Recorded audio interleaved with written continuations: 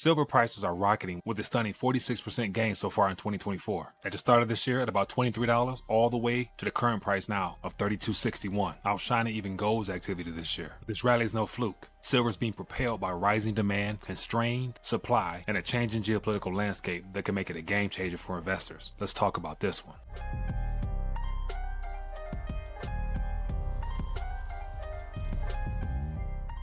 Okay, so I want to take a quick minute to share some thoughts in reference to silver activity, and the silver squeeze is underway, and just some probable outcomes for silver in the next couple of months, especially heading to the next year, where I anticipate silver to really shine bright, even more so than gold. So today I want to just put together some charts and some thoughts, and just remind you of the importance of holding silver because it still is the most undervalued asset that people can grab right now at a really affordable price. And so as always, if you guys want to see more of these little short takes, where I do a deep dive and share thoughts as well as graphs and things of that nature, definitely hit that thumbs up button, make sure you subscribe, and then take this and share it so more people can find out what's really going on and what's at stake here if people don't grab a hold of this type of knowledge right now. But first I want to start off with this graph right here and just show you some key points here in reference to how silver price surge in 2024 and 2025 will be driven by these areas right here. So to the far side of the screen here, you see the demand. So we have industrial uses, solar, and electronics. And because of the world going to this green, new, eco-friendly environment that we're heading towards, that of itself will place more demand on the need for silver, which will leave manufacturers in all sectors that impact this green new transition racing to secure as much silver as they can. And that of itself will spark the demand that we haven't seen in decades. And then you come right over here to the supply side. The production constraints is the biggest issue because as of right now, miners are not extracting enough silver from the ground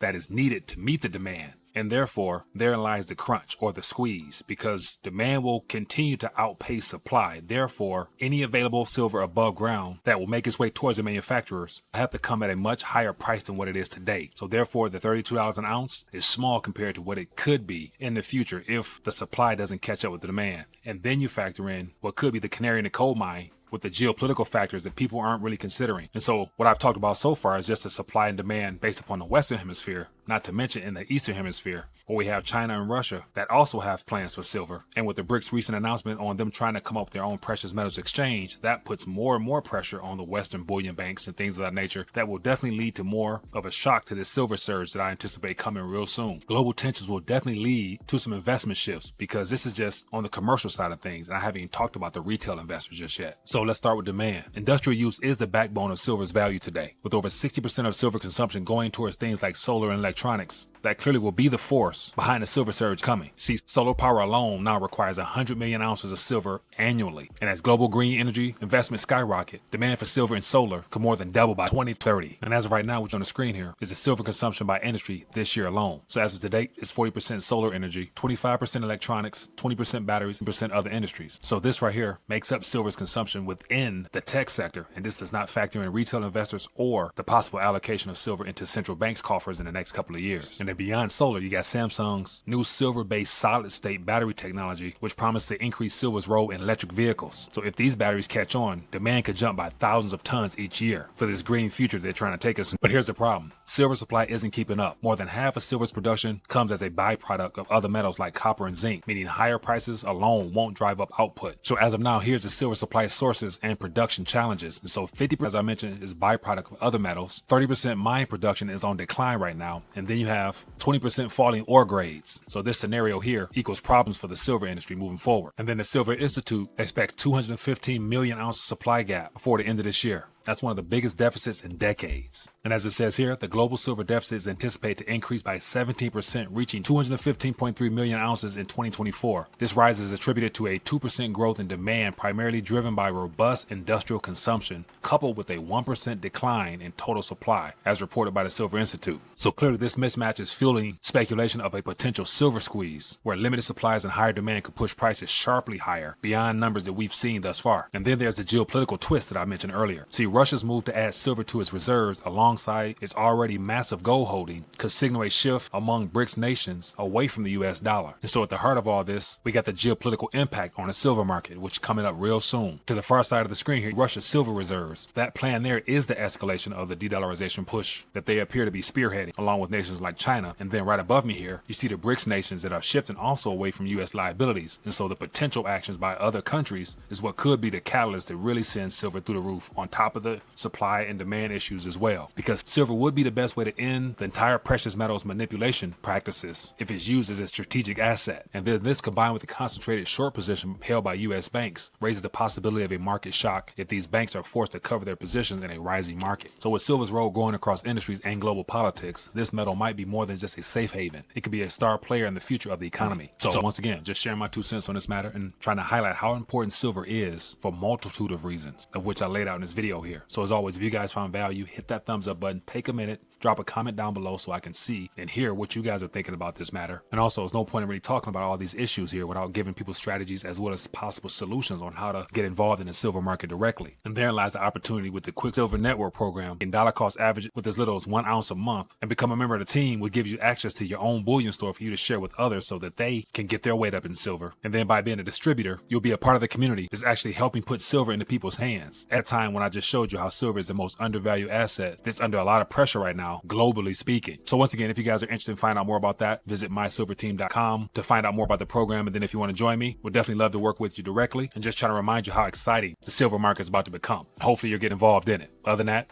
catch you guys later.